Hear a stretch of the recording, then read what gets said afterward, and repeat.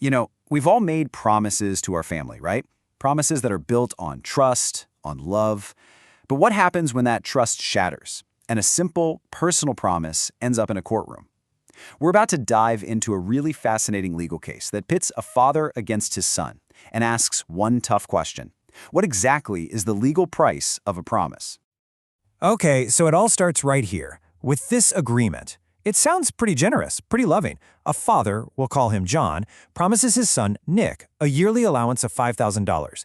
And the key phrase here is that it's in consideration of all his love and affection. I mean, on the surface, it just sounds like a beautiful family bond, put right there into words. But this is where our story starts to get complicated. Because what happens when those payments suddenly stop? Can you actually take someone to court for not following through on a promise that was based on something as personal as affection? That is the big question we are going to unpack today. Well, as you might have guessed, that goodwill, it didn't last.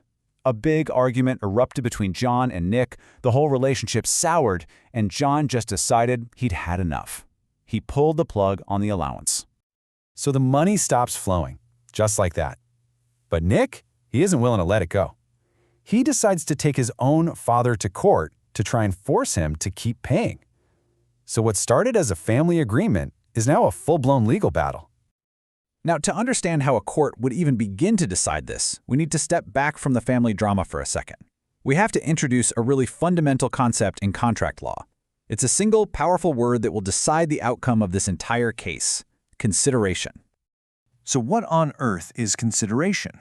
Well, the legal definition is pretty direct. It's something of value in the eyes of the law.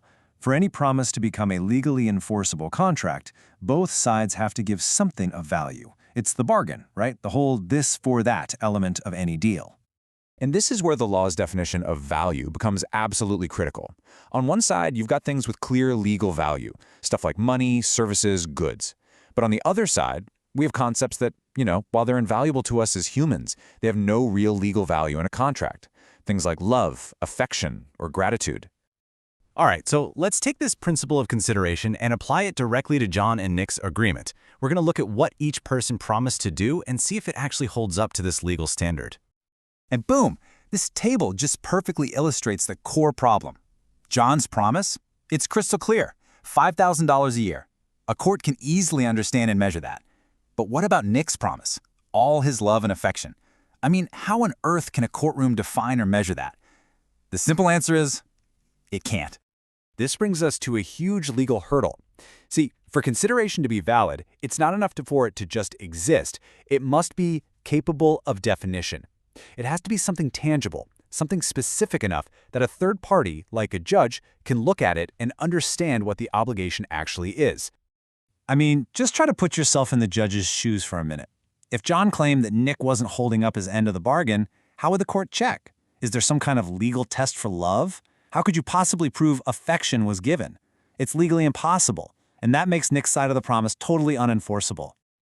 So, after weighing the promise against the cold, hard letter of the law, the court reached its decision. Let's walk through the final verdict and talk about what it means for the kinds of promises that we all make in our daily lives. The court's logic was actually beautifully simple. Step 1, yep, John made a promise to pay. Nobody disputed that. Step 2, but did Nick provide valid consideration in return? Nope. Love and affection isn't something the law can define. And therefore, step 3, the promise is not a legally binding contract. End of story. And there it is, the final verdict. Nick cannot force his father to make any future payments. His case gets dismissed.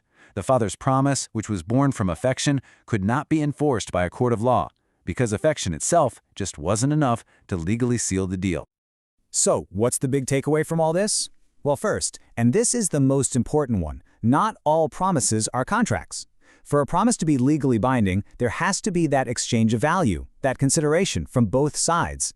And crucially, that consideration has to be something a court can actually define and measure, which is exactly why promises based on vague emotions like love, well, they usually don't hold up. And that kind of leaves us with a final thought to chew on. Think about the agreements and promises you've made in your own life, with your family and friends. Now, while they're obviously built on something far more important than the law, it is pretty interesting to ask yourself, how many of them would actually hold up in court?